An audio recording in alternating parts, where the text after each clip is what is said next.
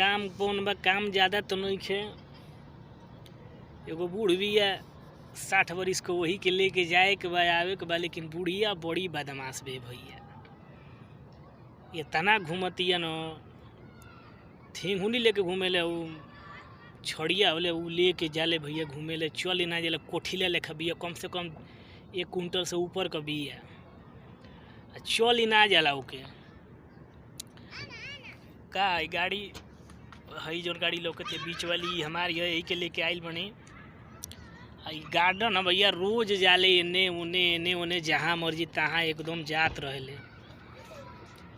घुमावत घुमावत हालत खराब हो जाला भैया। तिले पे तिल 15 मिनट पर ताल सूरा मार कैले रहले।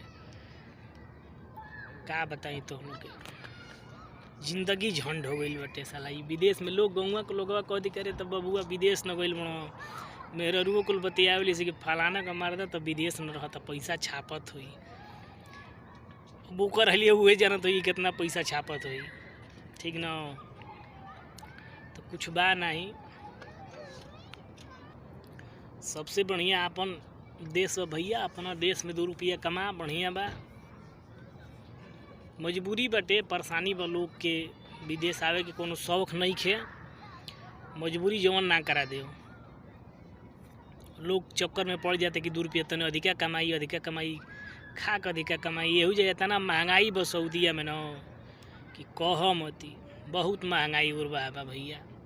मोबाइल के रिचार्ज सोचा कि मोबाइल के रिचार्ज केंगा होला। मोबाइल के रिचार्ज 115, 110 ईजा का, मैंने गाँव का 2400-2500 रुपया का रिचार्ज करब तो 1 महीना चली। का कहल जा, वो तनी में अपना गाँव में करब तो पता चली कि साल भर के रिचार्ज हो जाई। स्थिति बिया। ऐसे हम कहम कि देश विदेश में जाए लायक बा नहीं। अपना ओरी कुछ मेहनत कर ले, बढ़िया से मेहनत करी, अपन और मेहनत करी तो बहुत पैसा बा। तो यही से कहल गइल बाटे। एक लाइन भाव में सुनावत तनी। अरे कि कहूँ कमाए ला चली जाई हो, पेट के सवाल बा।